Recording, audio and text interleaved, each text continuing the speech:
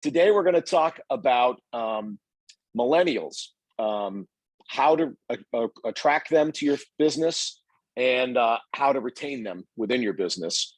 And luckily, we've captured a millennial in the wild, and he's joined us today. And let's remember that we are facing shift change here.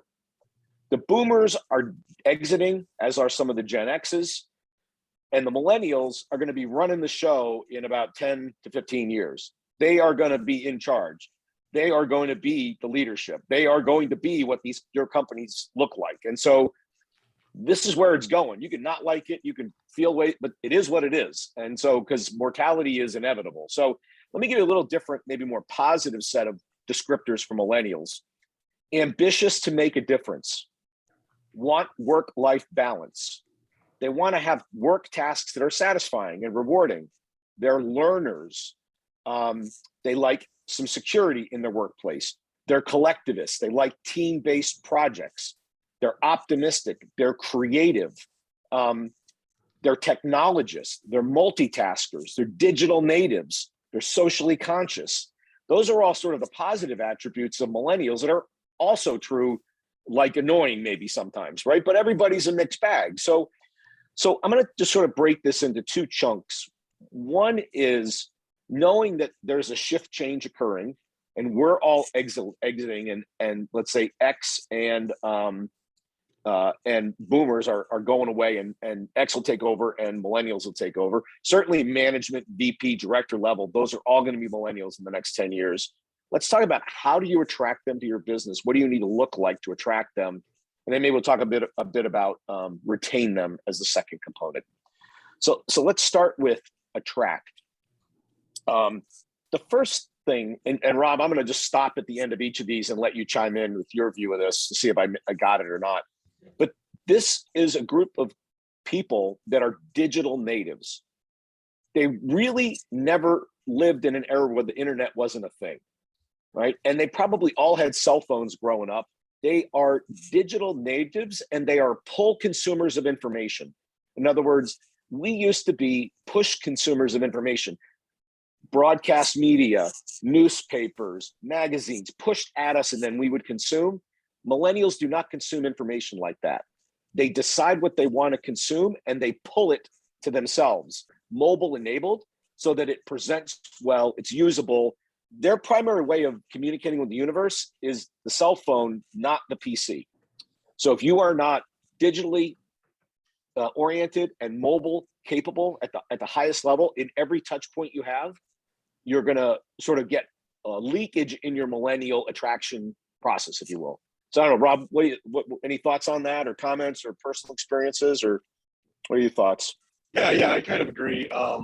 I think it's interesting to bring that up because one of the first ways that I saw the company that I work for now, for those of you that don't know, I'm a software engineer and a consultant. I'd frequently be Googling, searching for an error or how to solve a certain problem. And more often than not, I was landing on blog posts from the company that I'm currently working at now. So I was continually getting exposure to them while I was still working for the other company, because they more often than not had the answers for some of the problems that I was trying to work for. So it was really interesting that as I was going through and Googling these problems, that the company that was just a couple doors down from me was the one that was showing up pretty frequently. Interesting. You need to be a reputable organization. In other words, your brand you think about your brand to consumers all the time about what kind of company we are. And you could argue those blog posts are about, hey, when the kind of people we want to work with, meaning as clients, see them, they'll realize we know what we're talking about and they'll want to do business with us. As certainly one benefit. But the other benefit is people that might want to work for you will see them as well and go, hey, these guys are kind of switched on. They're doing cool stuff. And so when you think about your branding, think about your branding to potential employees that you show up as a reputable organization. So a positive, reputable brand in the market helps attract people they'll say, that's the kind of company I want to work for, just like Rob was talking about. So I think that was absolutely on point. Weaving purpose into what you do as an organization is a big deal. Now, because that ability to influence it and do it as a team is going to play very, very well. I don't know, Rob, do you guys do any of that in your organization, or is there anything sort of resonates around corporate social responsibility that is appealing to you there? Yeah, there's a couple things that we do. One of the things is we have something called a Diversity Action Council. And what they do is they try to make sure that our day-to-day and our week-to-week activities lend to being more diverse. So it can be as small as when we order in lunch for the company, we try to go to a smaller mom and pop place, right? We don't go to Cottage Inn or Jet's Pizza or something like that, right? We try to go to a local restaurant. When we're outsourcing, some of the things that we need for our office, we try to reach out to minority-owned businesses, things like that. And then another thing that we also do is we take a portion of our profits that come in, and we turn around and we invest those in minority-owned local companies, especially like in Detroit. So a lot of that money goes to software companies that are trying to get startup, things like that. So just angel investment money. A positive company culture. It's slightly different than our reputation, although they are related. I'll give you an example. And the big word here is people first. So this is a very humanistic group of people. Companies are kind of cold, hard things. People are what matter. And so, a lot of companies say, hey, people first, but they don't really mean it. They don't put their money where their mouth is. They don't behave in that way. So when I talk about a positive company culture, it's about respecting people, embracing diversity, and genuinely trying to, when we make decisions, we think about the impact on people first, and maybe the impact on profit second or third. That is going to resonate in terms of the kind of company. Now, you have to make profit to stay in business, to provide security. Everybody gets that. But the balance maybe 20 years ago would have been profit first, people second. I'm going to say that has shifted to people first, profit second. As a millennials, they have a view that I can get a job anywhere. I can make plenty of money anywhere. So I'm going to go to a place that I have fun, that meets my values, and I'll be there. Why wouldn't I? Why wouldn't I do that if I can work anywhere? Because that's the mental model. And I think a lot of us came from a scarcity view. Well, geez, I got a job. I better keep the job because I don't know if I'm going to get another job. Millennials don't think like that. They're like, I got a job and I can get another job any other time I want it. So it better look the right way. There's a study that said 9 out of 10 millennials would change jobs and take less money for a company that more closely aligns to their values. So think work flexibility, hour flexibility, 40, 45 hours a week, and work from home or work remote is not a privilege, it's a right. Thoughts about sort of that work-life balance, work hours thing, Rob? What are your thoughts around that? Yeah, absolutely. That, for me in particular, is one of the big things. Obviously, you can tell I'm not in an office right now. I'm in my apartment, and I work completely remotely. In fact, I started at this company completely remotely. I've only been into the office about 3 or 4 times in my 15 months at this company. And I just get so much more done here. Autonomy is a very, very big motivator for this group. In other words, give me my backyard, tell me what you need done, and then let me do it the way I want to do it. If that means I work at 5 o'clock in the morning till 9, my call. So development and personal expertise in whatever my field is highly, highly desired by this. And that's sort of that intrinsic motivation. So if I know, let's say that I got a company and they're pouring into me every year on my personal development, and I'm thinking about leaving into a company that doesn't really do that, I'm like, damn, I don't know how that's going to work, because I'm like so on cutting edge. I'm so on point right now. I don't want to lose that. So I don't want to go to a company that's not going to invest in me. So it is a way to help retain people, because you're spending money to do it, but it is helping retain them. I don't know, Rob, you got a thought on that? I mean, particularly in your field, this is super important.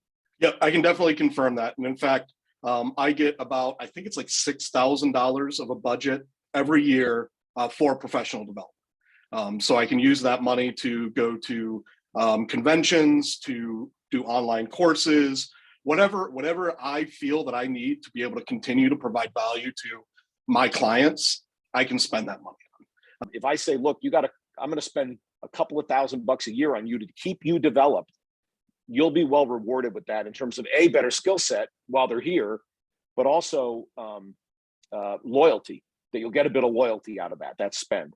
And probably If I gave Rob an extra $6,000 in salary, I'd get less loyalty out of that than giving them $6,000 on personal development. So they're getting more bang for their buck by saying you must spend this on personal development than if I just give them more cash. One of the big themes here is transparency. And the other thing here is early raises, early promotions. They're impatient to be promoted. They're impatient to get increases. So it would not be inappropriate to 6 months in say, hey, you're doing a great job. We want to give you $2,000 of development money. Go spend it. Or we're going to give you a little title change, or we're going to give you a little more money. So quick early wins is like that dopamine, that like, ooh, I got 1,000 likes on my post. This is what this generation wants. And so, and that relates to how you manage them. Immediate feedback. Like, don't wait for the 6-month review. Like, hey, Rob, you did a great job on that project that you finished up on Friday. Really appreciate it. I loved how you did X, Y, and Z. I wish you'd done this just a little bit different. That would have been better. Maybe you think about that next time. And he's like, got it, chief. Off we go. Compensation transparency is actually a big deal. So pay transparency is a big deal. They want to know that they and everybody else are being equitably treated. In other words, if I'm doing a software engineer job and the band is 60 to 110 grand and I'm making 100, okay, got it. That means there's nobody here making 150 if they're doing the same job I am. By the way, people of color, women, men, like everybody should be paid the same, like no delta at all. You do the job, you get the money. There may be a little differential on experience, but literally, I think if millennials had their way, we would staple the payroll to the wall or put it up on a website and they could browse through it and they go, but I don't know, Rob, you have a thought about Patriot? Yeah, I was you just laughing because you said, about them pinning the salaries to the wall. My previous company literally did that. We had a large wall with everybody's names on it, and it had everybody's amount. And you could go and you could look at the wall and say, hey, wow, Jim's in this bucket for this hourly rate. I think he's doing a great job. I'm going to go to his boss and say he needs a raise. The boss will say, okay, great. We'll move him up to the next bucket. And that's nice.